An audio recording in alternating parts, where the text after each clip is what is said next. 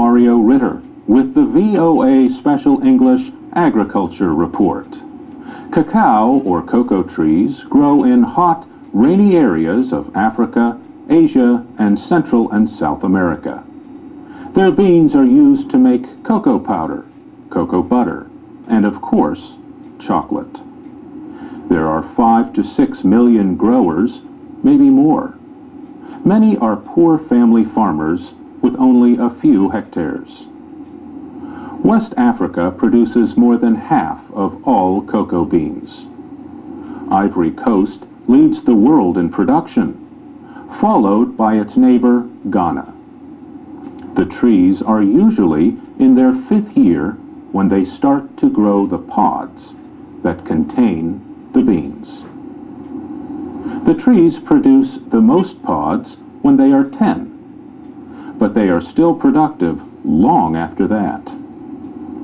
Workers use large knives to cut the lower pods and long tools to remove pods from high on the trees.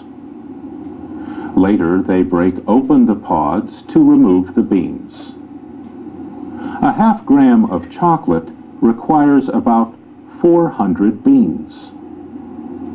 The World Cocoa Foundation says an average pod contains 20 to 50 beans.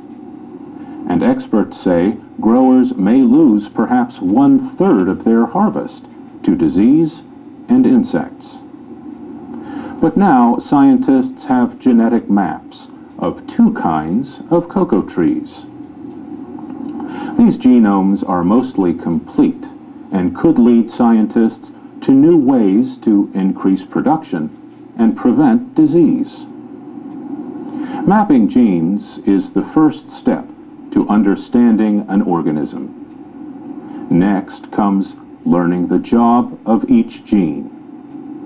The American food company Mars took the lead in paying for mapping the genes of the Forastero cocoa tree. The Forastero provides 80 to 90% of the world's cocoa beans. Mars depends on those beans for its M&Ms and other chocolate candies. The company's research partners included several universities and the United States Department of Agriculture. The average West African cocoa farmer produces about 400 kilos of beans per hectare. But Howard Yana Shapiro, head of plant science and external research at Mars, thinks that science could greatly increase the yield. A competitor of Mars, Hershey's, supported the gene mapping of the Criollo, a far less common cocoa tree.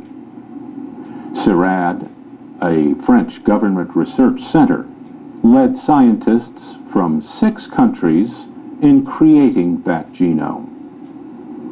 We'll talk more about the cocoa industry next week when we look at efforts to help child laborers in Ivory Coast and Ghana.